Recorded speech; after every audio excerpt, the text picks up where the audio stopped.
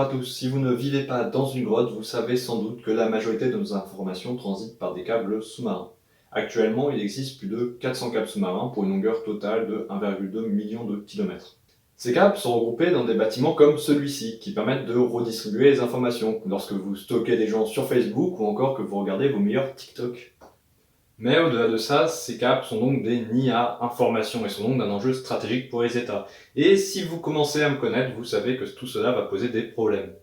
Par exemple, vous voyez ici un câble qui relie l'Europe à l'Asie-Pacifique, qui est actuellement le plus long du monde. Et si vous le voyez venir, ces informations qui transitent par plusieurs pays peuvent être interceptées par n'importe quel maillon se situant au milieu de l'envoi. Ce qui est bien dommage quand ce câble passe par plusieurs pays en conflit. Et si vous commencez à être un peu vicieux et vous commencez à voir qu'est-ce qu'on peut faire avec ça, vous me direz, mais qu'est-ce qui se passe si un pays décide alors de couper ses câbles?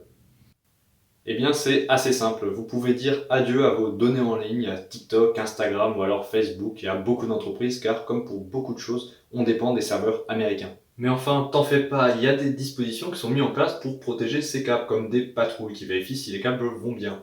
Mais bon, en cas de conflit, c'est pas ouf. Du coup, les États considèrent qu'il faut multiplier les câbles. Comme ça, il y a moins de chances qu'ils soient tous sectionnés. Qu'est-ce que c'est beau la nature!